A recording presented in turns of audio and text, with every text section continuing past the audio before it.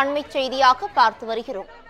சென்னை மெரினாவில் ஊதிய உயர்வு மற்றும் பணி நிரந்தரம் உள்ளிட்ட கோரிக்கைகளை வலியுறுத்தி தூய்மை பணியாளர்கள் போராட்டம் மேற்கொண்டு வருகின்றனர்.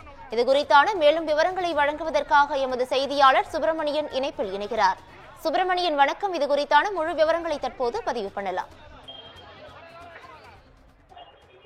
ஊதிய உயர்வு, பணி நிரந்தரம் உள்ளிட்ட கோரிக்கைகளை வலியுறுத்தியும் தனியார் மயத்திடம் ஒப்படைக்க கூடாது என்றதை வலியுறுத்தியும் தூய்மை பணியாளர்கள் ரிப்பன் மாளிகை முன்பு 13 நாட்கள் போராட்டம் நடத்தினார்கள்.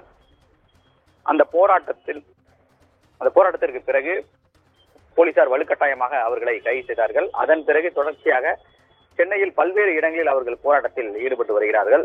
மே தின பூங்காவிற்குள் போராட்டத்திற்கான ஆலோசனை கூட்டத்தில் ஈடுபட போது அனைவரும் கைது செய்யப்பட்டது பெரும் அதிர்ச்சியை ஏற்படுத்தியிருந்தது.